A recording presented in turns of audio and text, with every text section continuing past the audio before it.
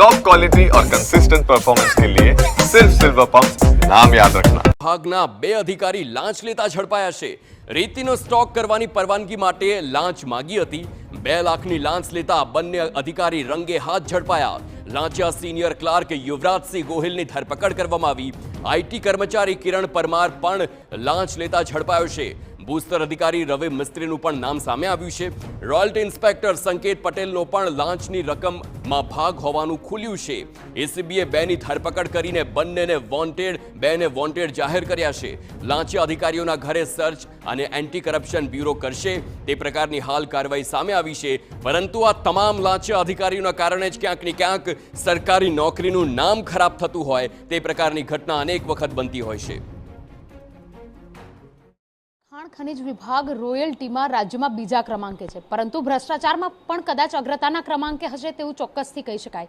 ગઈકાલે મોડી રાત્રે એસીબી દ્વારા છટકું ગોઠવી વડોદરા શહેરની જે ખાણ ખનિજ વિભાગ છે ત્યાં આગળ રેડ પાડવામાં આવી અને તેની અંદર સિનિયર હેડ ક્લાર્ક જે ગોહિલ છે તેને પકડી પાડવામાં આવ્યો। રંગે હાથ 2 લાખની લાંચ લેતો પકડાયો છે।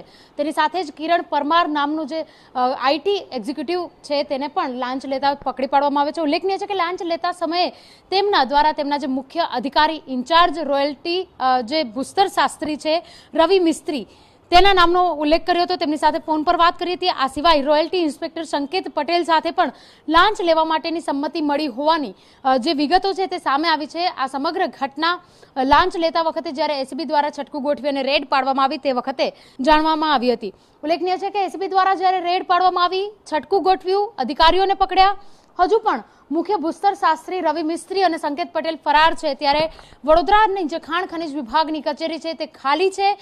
કોઈ જ અધિકારી કર્મચારી કોઈ જ દેખાઈ નહીં રહ્યું, કારણ કે જે રીતે ગઈકાલે એસીબી દ્વારા ટ્રેપ કરી છટકું ગોઠવી અધિકારીઓને ઝડપી પાડવામાં આવ્યા છે, રંગે હાથ લાંચ લેતા પકડાયા છે, ત્યારે કર્મચારીઓમાં ફફડાટ પણ એ મહદઅંશે જોવા મળી રહ્યો છે।